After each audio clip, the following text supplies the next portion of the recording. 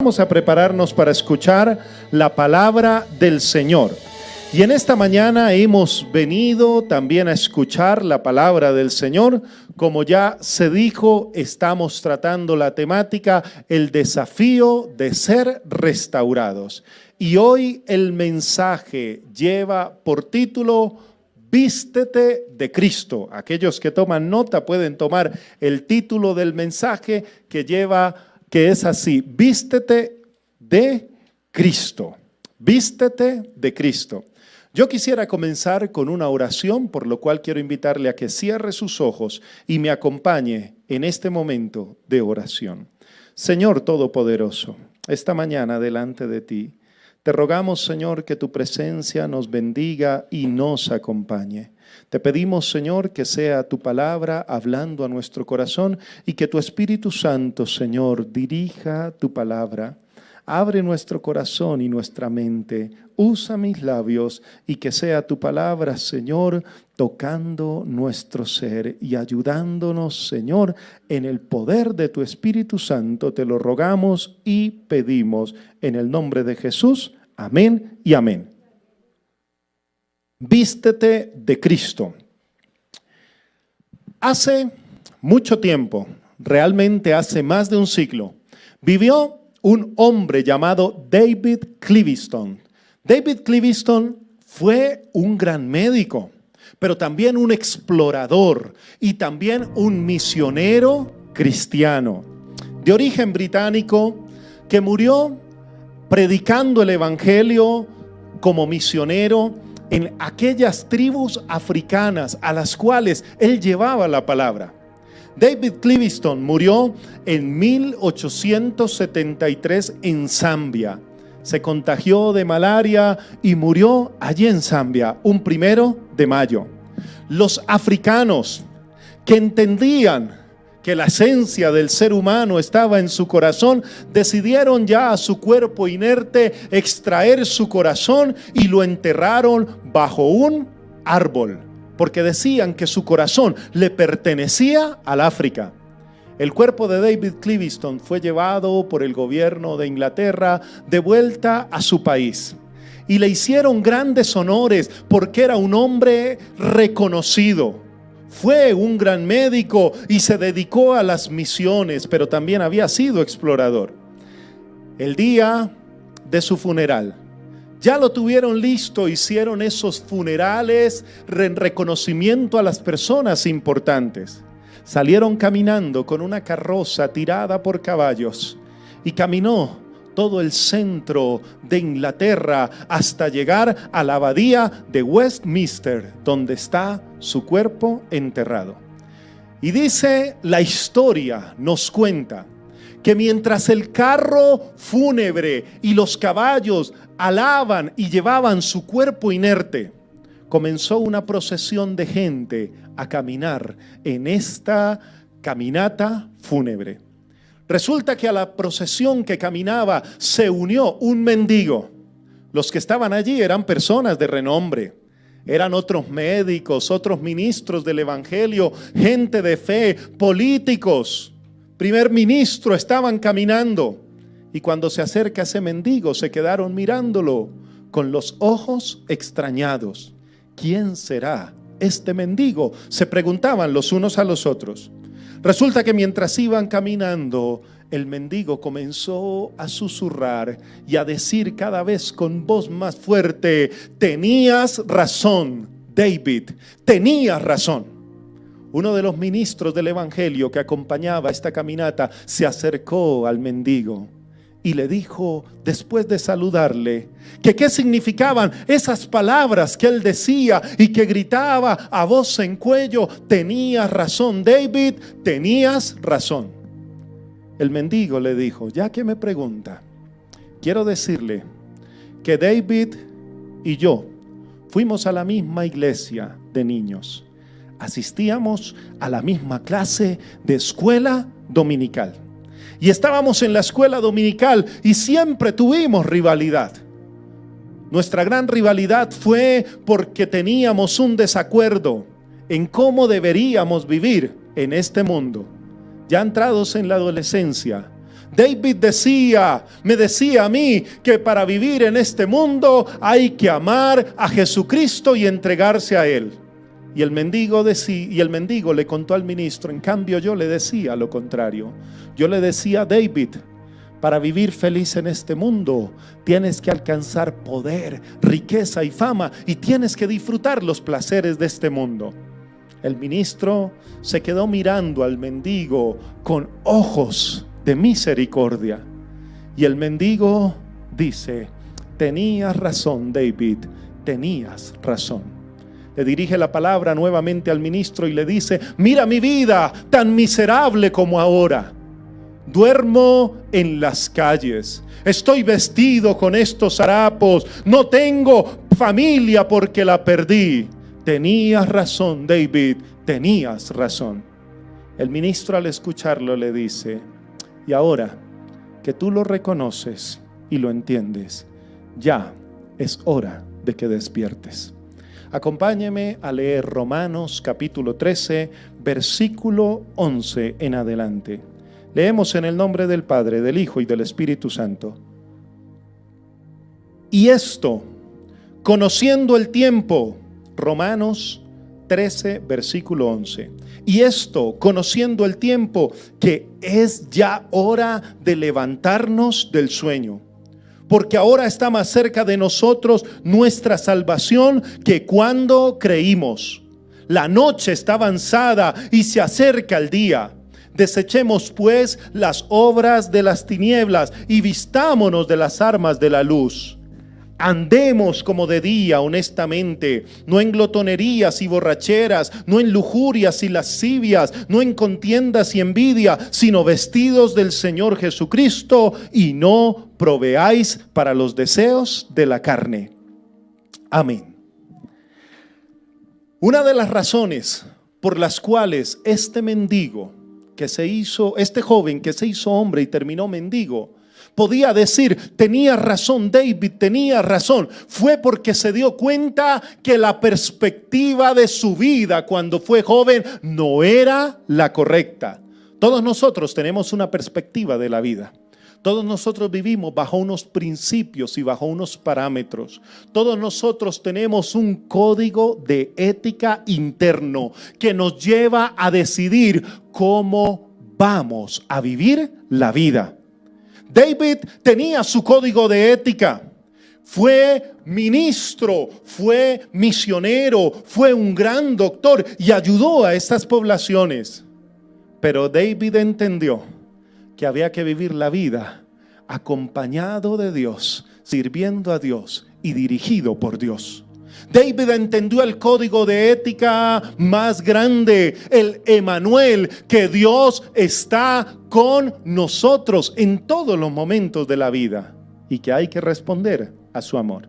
En cambio, el joven que creció y cayó en la indigencia tenía su propio código de ética. El código de ética de él era: hay que vivir para el placer. La vida hay que gozarla.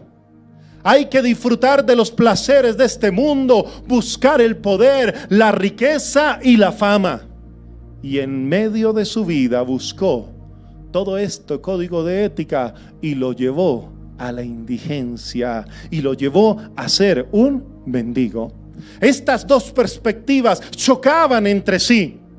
Es por eso que en el salón de clase de la iglesia de los 1800 había esta discusión entre dos jovencitos.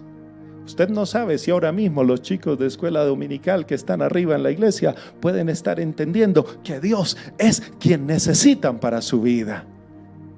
Y David lo entendió así, pero el otro muchacho no quiso entender.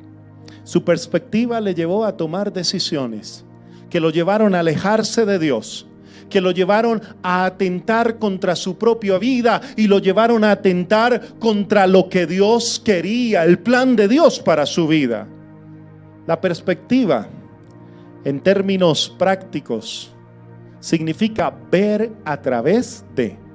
Aquellos que saben de arquitectura y diseño saben que un dibujo en perspectiva Cuando usted hace un dibujo en perspectiva, significa que usted tiene un plano.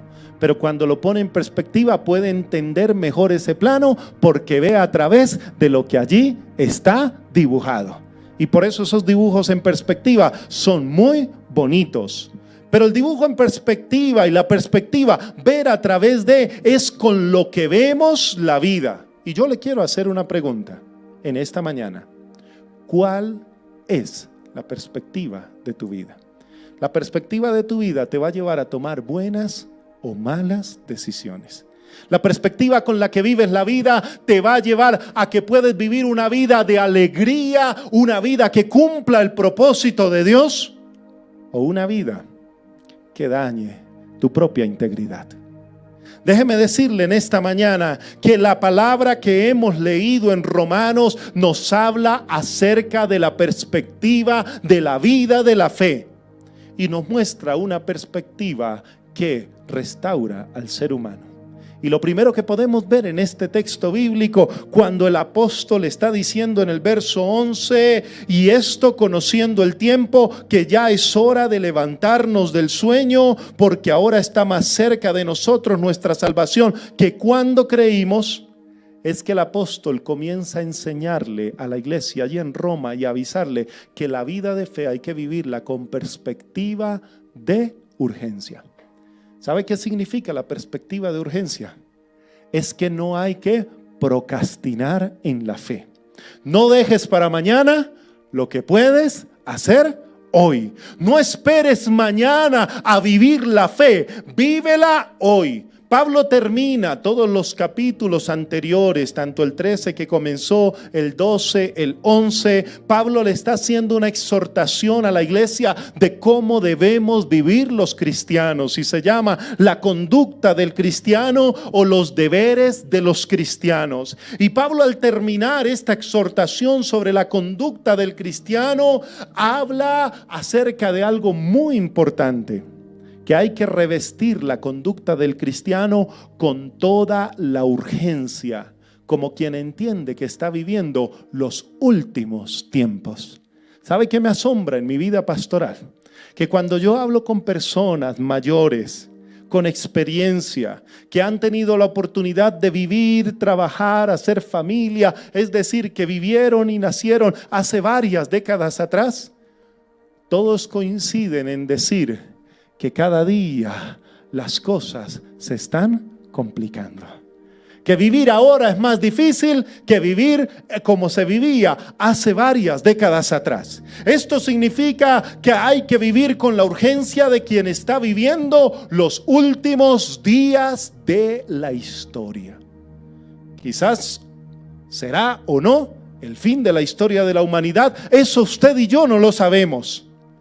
Pero lo que sí sabemos es que nuestra historia, cada día que pasa, está llegando a su fin. Dijo el poeta y lo remitieron a una canción: un año más de viejo y uno menos que vivir.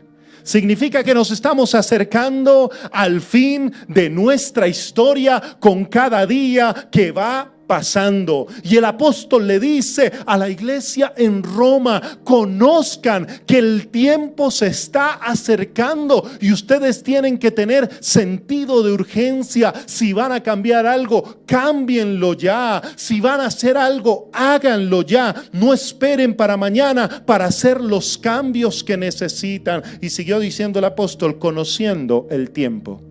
No está hablando del tiempo que se puede medir con un reloj, ese término en griego que se llama cronos.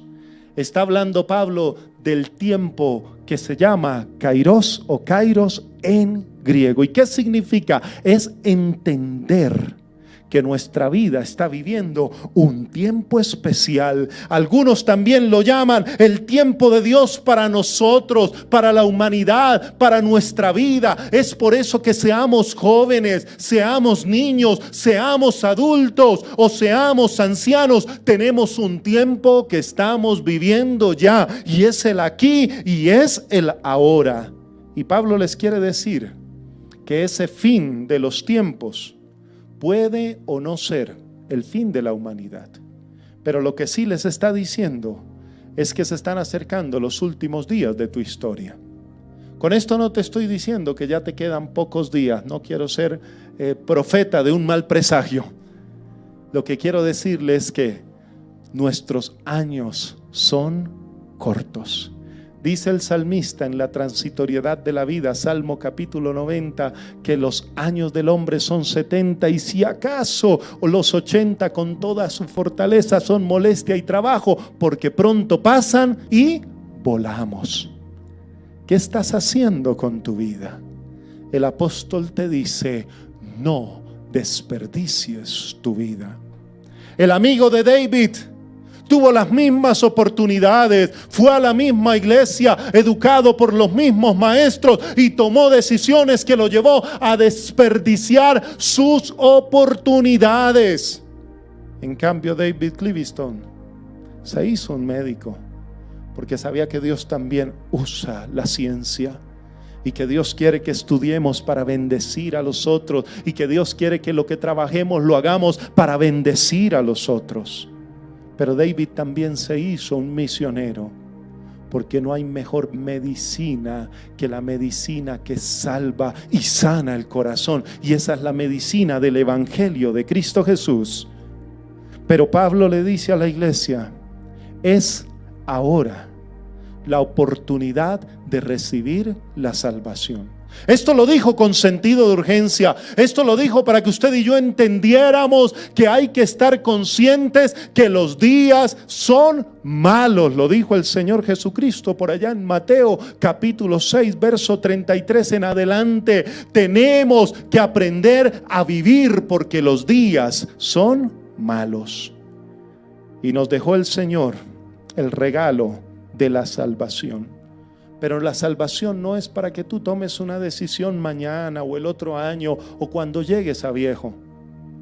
Si tú sigues siendo joven, sigues siendo adulto, en la edad en la que estés, la salvación es para vivirla y disfrutarla en el aquí y en el ahora de tu vida. Porque Dios tiene un plan contigo.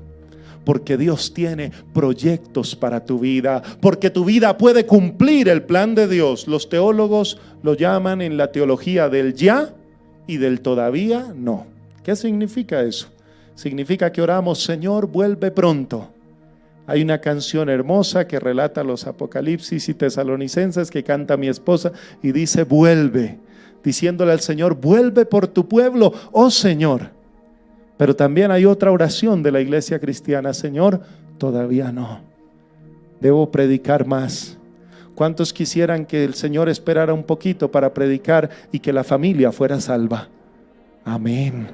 Y entre esos dos tiempos se mueve ese sentido de urgencia. Si tienes sentido de urgencia en tu vida y si reconoces la importancia de lo que Dios está haciendo, tú vas a tomar cambios en tu vida en este momento. Es por eso que el apóstol dice, ya es hora de levantarnos del sueño, porque ahora está más cerca de nosotros nuestra salvación que cuando creímos.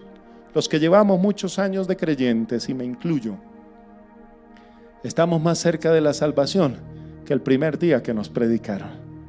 Ya hemos caminado terreno. Cuando yo me convertí al Señor y en mi juventud tomé la decisión de seguir al Señor, tenía más cabello que ahora. Y eso significa que han pasado las décadas. Pero ¿sabe qué también significa? Que estamos más cerca de la salvación. Y que si estamos más cerca de la salvación que cuando creímos, debemos entender que no podemos darnos la licencia de vivir una vida espiritual adormilada, una vida espiritual en coma, una vida espiritual paralítica. Eso no es el plan de Dios para nosotros. ¿Cuántos han experimentado el estancamiento espiritual? Año tras año. Asisten de vez en cuando a la iglesia, leen de vez en cuando la palabra, pero no experimentan en su vida, ni son testigos del poder de Dios, porque dejan un letargo espiritual. ¿Sabe que la palabra del Señor nos dice que Dios puso espíritu en nuestro corazón para que usted y yo buscáramos al Señor y que nuestro espíritu clamara a nuestro Creador.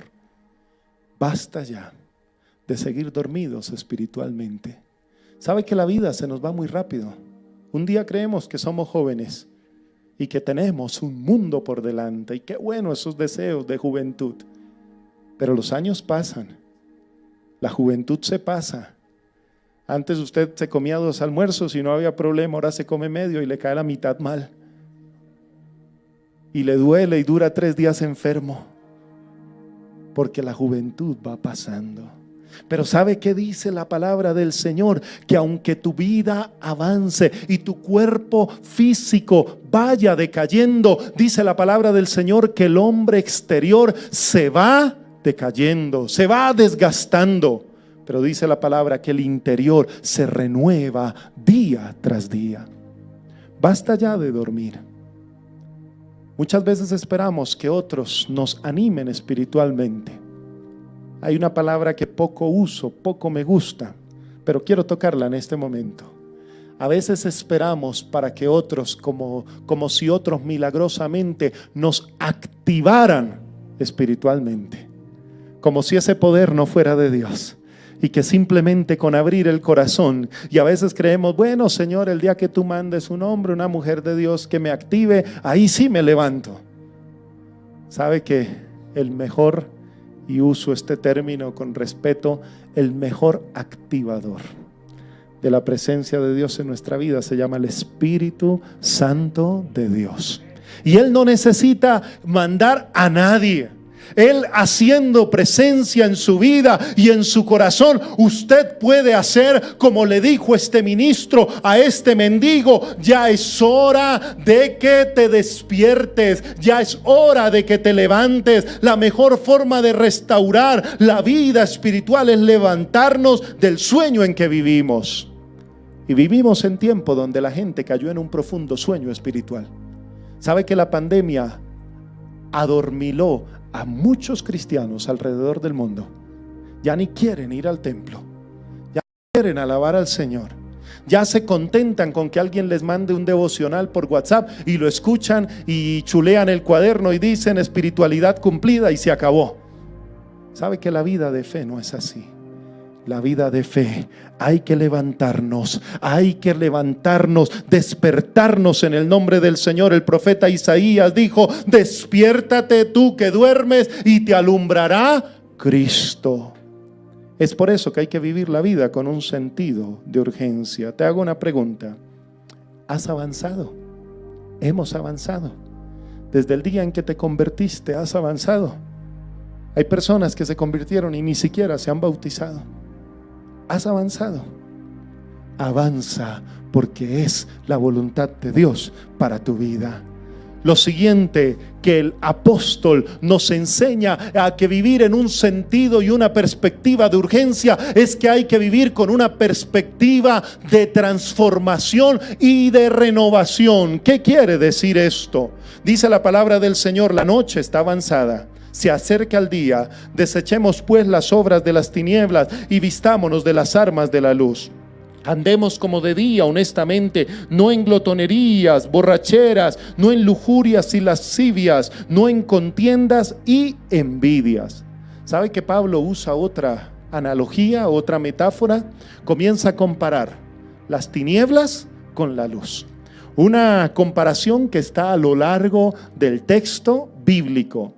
Primera de Pedro, capítulo 2, versículo 9 dice: mas vosotros sois linaje escogido, real sacerdocio, nación santa, pueblo adquirido por Dios, para que anunciéis las virtudes de aquel que los llamó de las tinieblas a su luz admirable. El apóstol vuelve y menciona el tema de las tinieblas. ¿Sabe qué? Vivir en una perspectiva de transformación y renovación significa que su vida antes de Cristo era de una manera y su vida después de Cristo debe ser de otra muy diferente. ¿Cuál es la perspectiva que menciona la palabra del Señor? La palabra del Señor nos recuerda a todos los creyentes que usted y yo ya no le pertenecemos a las tinieblas, que ya no vivimos en oscuridad, que ya nuestra vida no tiene que ser un foco negro de oscuridad, que ahora nuestra vida le pertenece al reino de la luz. ¿Y sabe quién es el rey de la luz? Dios. Dios es el creador y el rey del reino de la luz. Pero sabe, muchos creyentes no han entendido que fuimos llamados a vivir en luz. La palabra del Señor dice: somos luz del mundo y sal de la tierra. Pero muchas veces no alumbramos en el lugar donde estamos. Dijo el evangelista: una luz no se prende y se mete debajo de una mesa para que no alumbre a nadie. Una luz, cuando usted la enciende, la coloca sobre una mesa para que todos los que están en casa sean alumbrados por esa luz. Usted y yo, que pertenecemos al reino de la luz, estamos llamados a vivir en luz. Pero ese proceso de transformación y de renovación nos saca de un lugar, del lugar de las tinieblas, y nos ubica en el reino de la luz. Pero ¿qué significa y qué prácticas hay en el reino de las tinieblas? El apóstol lo llama como las obras de la carne. Y dice en Colosenses, la palabra de Dios, capítulo 3, versículo 5: hagan morir pues lo terrenal que hay en ustedes. Y comienza una lista: fornicación, impurezas, pasiones desordenadas, malos deseos, avaricia, que es idolatría, por cosas por las cuales la ira de Dios viene sobre los hijos de desobediencia, y en las cuales vosotros también anduvisteis en otro tiempo, cuando vivíais en ellas. ¿Sabe qué nos dice la palabra del Señor? La palabra del Señor nos sigue diciendo que la vida de transformación y renovación busca un cambio en el ser humano. ¿Cuánto hemos cambiado? ¿Hemos cambiado lo suficiente? ¿Hemos cambiado como para entender que lo que antes hacíamos, ahora ya no lo hacemos?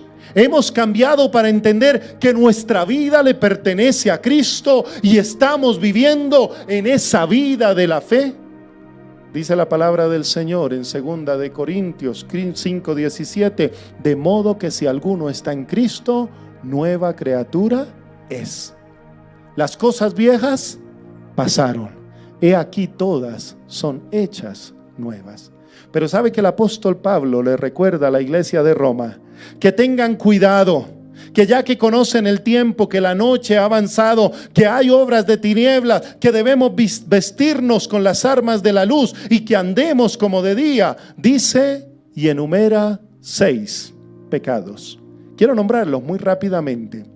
No es la lista de todos, no cabrían en una lista y menos en una predicación.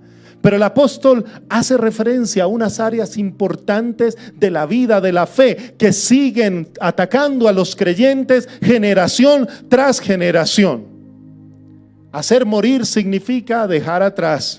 Significa que no vamos a volver nunca más a ellos. Significa que esa no es nuestra esencia. ¿Qué hay que hacer morir? Romanos 13:13, en esto que hemos mencionado, lo primero que dice en este grupo: las glotonerías. ¿Qué significa? Significa esa celebración de la juerga.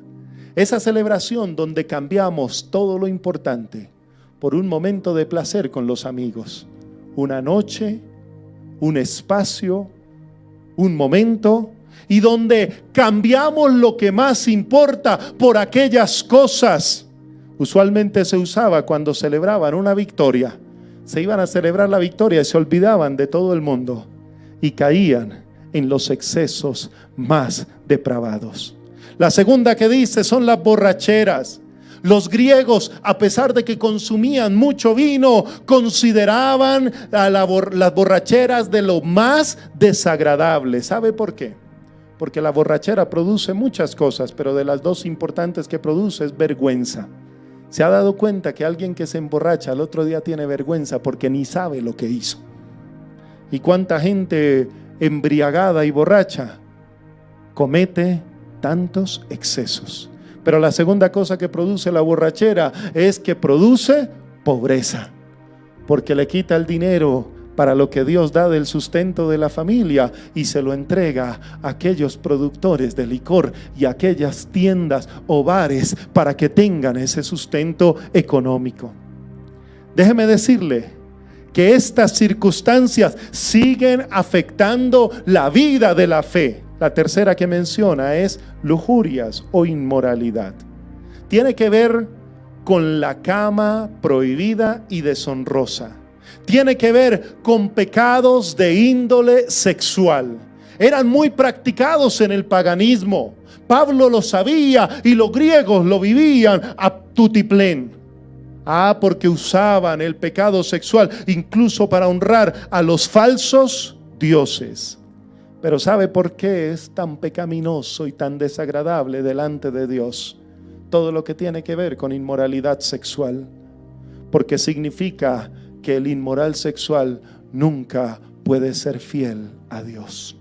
No tienen valor a la fidelidad porque busca el placer en cualquier momento y en cualquier lugar.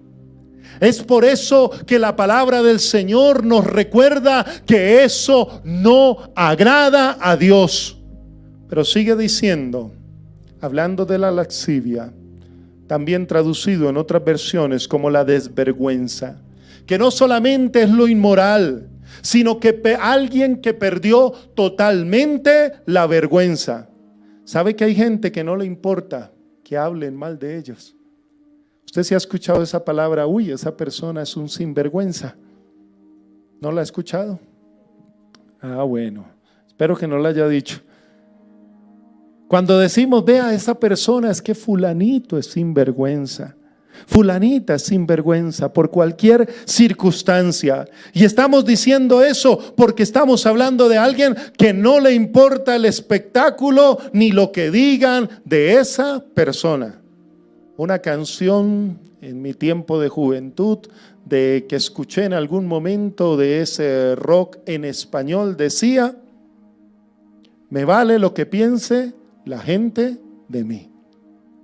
Vivir sin vergüenza es hacer lo que yo quiero, tratar mal a mis papás, pecar sin arrepentirme, hacerle mal al prójimo y luego decir, me importa que la gente piense y lo que la gente hable.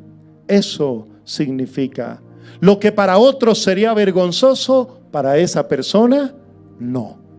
Y sigue diciendo el apóstol, vivir en contiendas o rivalidad. Eso tiene que ver, y la palabra que usa en griego es eris. Significa el espíritu que nace de una competencia desembocada y despiadada. ¿Ha conocido usted gente que vive en competencia contra usted en todo momento? ¿Ha conocido gente que vive en competencia y que para que a él le vaya bien, a él no le importa que a usted le vaya mal y menos le va a importar hacerle mal para que usted no destaque? Vivir en contienda o rivalidad significa que esa persona ansía las posiciones de poder y de prestigio y por tanto odiará a todos los que lo sobrepasen. Que no respetan al jefe porque yo debería ser el jefe. Que todo lo que diga es malo porque yo sí pienso bien, porque yo quiero ese lugar. Esa contienda y rivalidad es el pecado que coloca el yo por delante. Por delante va mi yo. Es la negación total del amor cristiano porque significa que voy a beneficiar primero a mí mismo.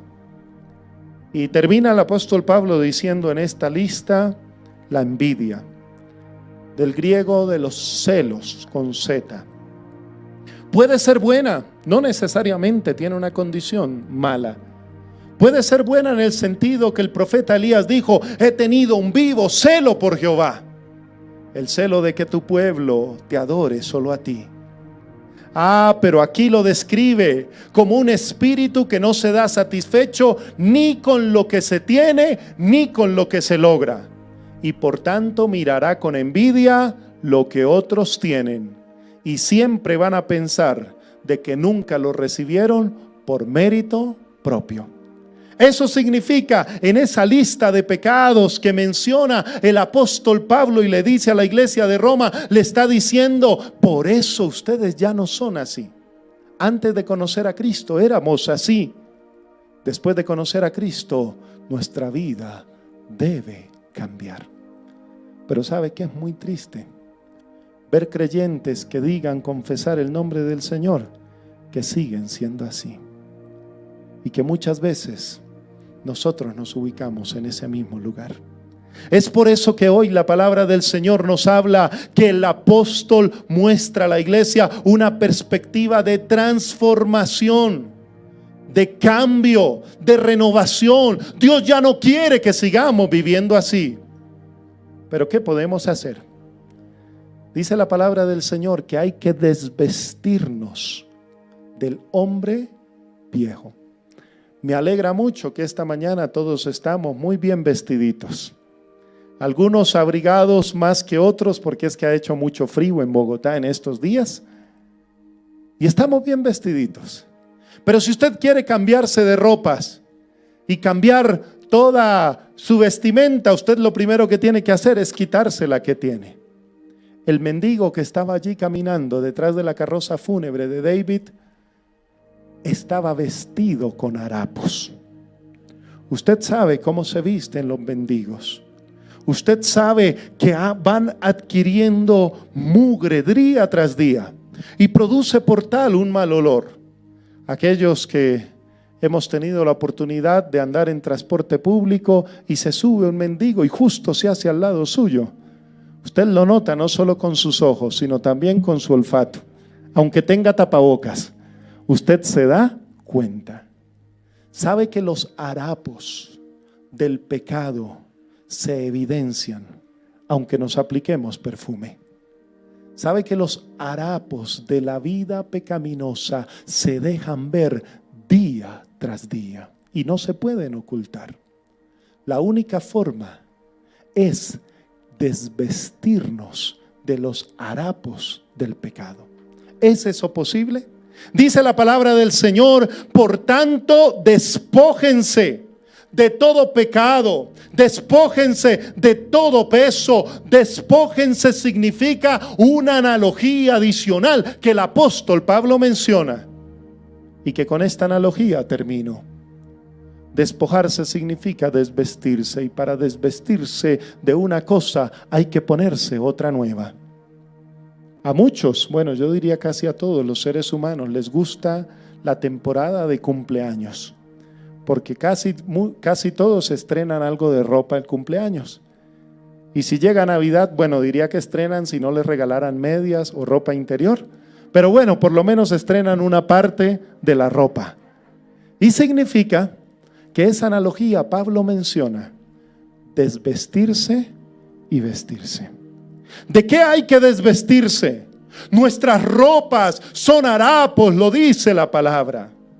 Y necesitamos despojarnos. ¿Sabe por qué? Porque usted y yo debemos entender que nuestra vida es una vida que necesita un cambio. ¿Sabe cuál es el peligro? El peligro es querer seguir vistiéndonos con los harapos del pecado y a la misma vez decir que somos creyentes. Eso es un proceso. La Biblia lo llama el proceso de santificación. Pero déjeme decirle que cuando usted y yo llegamos al Señor, dice la palabra del Señor que ahora debemos dejar, que es una decisión que usted y yo tomamos. ¿Qué vamos a dejar? No me lo respondas a mí, pero quiero que lo respondas en tu interior. Hay cosas que tienes que dejar. Hay realidades en tu vida que tienes que abandonar, en las cuales el apóstol Pablo te sigue diciendo, por tanto, deja eso. En las que el Señor Jesús nos dice, quítense, desvístanse de todo ese peso y ese pecado que tienen, aunque sea de marca fina, porque podemos pecar aún agradablemente a los ojos de nuestros hermanos. pero no delante de Dios. Hubo un hombre llamado Agustín de Hipona. Agustín de Hipona fue uno de los padres del cristianismo, escritor por excelencia. Escribió en uno de sus libros llamado Confesiones el siguiente testimonio. Y el siguiente testimonio lo escribió de cómo él había llegado a la fe. Hasta sus 32 años fue discípulo en una secta llamada maniqueísmo, que hablaba de la dualidad, de la eterna guerra entre el mal y el bien, y cómo el ser humano había quedado atrapado en esa mitad de la guerra. Y el maniqueísmo le daba el mismo poder a lo malo, el mismo poder a lo bueno, y de cómo el hombre, el ser humano, estaba ahí en la mitad, luchando entre esta guerra, entre estos dos grandes poderes. El maniqueísmo buscaba la excelencia moral por sus propias fuerzas. Es por eso que muchos de sus seguidores se fueron a vivir lejos de las ciudades para que los vicios no los llamaran y los atraparan. San Agustín de Hipona, buscando la excelencia moral, se dio cuenta en el maniqueísmo que cada día era un pecador más grande. Cada día tocaba más fondo con sus pecados, dado al vino, dado a la lujuria, dado al placer, pero con un deseo profundo en su corazón de querer cambiar y no encontraba cómo. Y San Agustín de Hipona un día, dice la historia y allí en su libro, estando en el jardín de su casa, preocupado en el jardín de su casa, iba caminando de un lado para otro y de un lado para otro, entristecido por toda esta situación. Dice la historia que San Agustín de Hipona escuchó una voz. Él se estaba haciendo unas preguntas y él decía: ¿hasta cuándo, Señor? ¿Hasta cuándo? ¿Será que mañana en la mañana? ¿Por qué no ahora? ¿Por qué no ha de ser esta la hora del final de mi depravación? De pronto, San Agustín escuchó una voz de un chiquillo que decía: toma y lee. Agustín abrió sus ojos, miró a todo lado, no había nadie con él, pero siguió la voz de un niño diciendo: toma y lee. Él se fue a donde estaba sentado. Parecía la voz de un chiquillo, pero por más que intentó, no pudo recordar ningún juego infantil en el que se dijeran estas palabras. Volvió a toda prisa al lugar que estaba sentado y, habiendo dejado un volumen de los escritos de Pablo, lo tomó con muchas ansias. Cuenta San Agustín: y leí en silencio el primer pasaje en que se posaron mis ojos. Y mis ojos se posaron en el siguiente pasaje: por tanto, no andemos en glotonerías y borracheras, ni en lujurias y lascivias, no en contiendas ni peleas. Y siguió leyendo lo que para él fue lo más revelador de su vida. Y leyó Romanos 13, versículo 14: sino vestíos del Señor Jesucristo. Se posaron mis ojos allí. No pude leer más, ni quise ni necesité leer más, dijo San Agustín al acabar esta frase, como si la luz de la certeza me hubiera inundado el corazón. Todas las sombras de mi duda se disiparon. Puse el dedo en la página de la Biblia y la cerré. Y desde ese momento mi vida fue diferente, porque encontré en Cristo el poder para cambiar lo que en mis propias fuerzas nunca cambié. San Agustín entendió que había que vestirse de Cristo para vivir una vida de fe. San Agustín entendió que para dejar su terrible pecaminosidad solamente Cristo le podía ayudar. Y hoy recordamos ese texto, que donde abundó el pecado, sobreabundará la gracia. Amado hermano y hermana que me escuchas, esta mañana yo te quiero decir: vístete de Cristo. Piensas que tu vida está estancada espiritualmente. Vístete de Cristo. Piensas que ya no puedes abandonar ese pecado que se ha vuelto un hábito en tu vida. Vístete de Cristo. Piensas que ya no mereces la salvación ni la gracia de Dios. Vístete de Cristo. Porque Cristo te da un vestido divino que solamente la naturaleza divina de Dios te puede dar por la gracia de Cristo. Cristo te puede dar un nuevo vestido, un vestido que no compras en las tiendas finas ni de marca, un vestido que es provisto de Dios y está hecho a tu medida. Vístete de Cristo. Un vestido que fue ofrecido por el Cordero de Dios que quita el pecado del mundo. Un vestido que ofreció Jesús por su sacrificio para ti. Un vestido que tú lo puedes tomar y ponerte, porque es un vestido que lo tomas a través de la fe en Cristo Jesús. Es un vestido que es muy poderoso, porque vistiéndote de Cristo recibes el poder del Espíritu Santo para cambiar tu manera de vivir.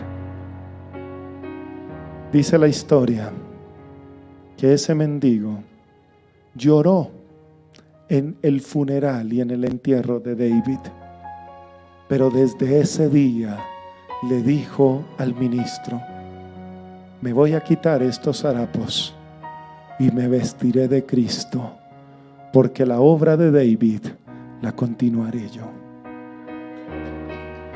Hoy el Señor nos dice: vistámonos de Cristo.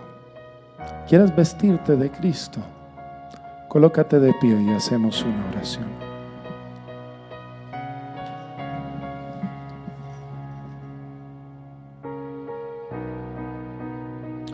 Allí puesto en pie, levanta tus manitos, cierra tus ojos. Esto es entre el Señor contigo.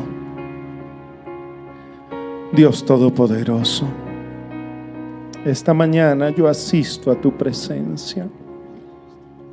Quizás como Agustín de Hipona, he pecado, Señor. Mi vida necesita ser restaurada. He intentado cambiar en mis propias fuerzas y no he podido. Hoy quiero, Señor, vivir una vida diferente. Por tanto, tomo la decisión de quitarme los harapos con los cuales muchas veces he elegido vivir. El harapo del pecado, de fallarte a ti, de la infidelidad a Dios. Hoy decido quitarlos de mi vida, Señor. Decido quitar mi orgullo. Decido despojarme de mi altivez. Decido despojarme de aquel pensamiento que yo vivo como quiera y agrado a Dios a mi manera. Decido, Señor, quitarme todo lo que me ha alejado de ti. Y hoy decido revestirme de Cristo. Es por eso que hoy decido revestirme de un nuevo hombre, de una nueva persona que está hecho a la imagen de Cristo Jesús, Señor nuestro. ¿Por qué no le dices, Señor, hoy yo me visto de Cristo? Hoy yo decido vestirme de Dios, vestirme de Cristo Jesús, de la imagen de Dios que puso en mi vida. Ayúdame, Señor. Si necesitas ayuda del Espíritu, levanta tu manito. Espíritu Santo, mira las manos levantadas, Señor. Ayúdalas con tu poder, con tu gracia. Todo el que quiere, Señor, renovar su vida en Cristo Jesús, dale fuerza, dale poder, dale, Señor, la capacidad de seguir adelante y revestirse de Cristo Jesús en el nombre del Padre, del Hijo y del Espíritu Santo te lo pedimos, Señor. Y que podamos decir, Señor, ya no vivo yo, mas Cristo vive en mí. Espíritu Santo del Señor, revístenos de Cristo, en el nombre de Jesús.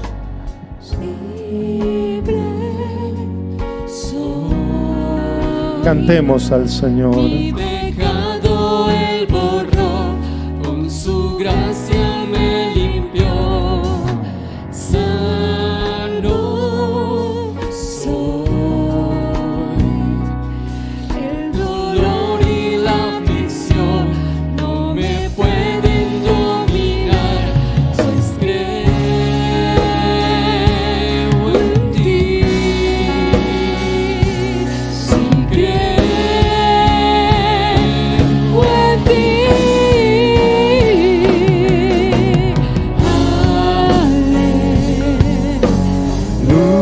aleluya, consumado es, la muerte venció.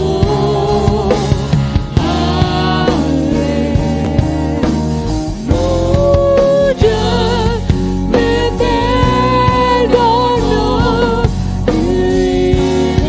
Jesús. Gracias por conectarte con Discípulos de Cristo Norte, donde una nueva vida es posible.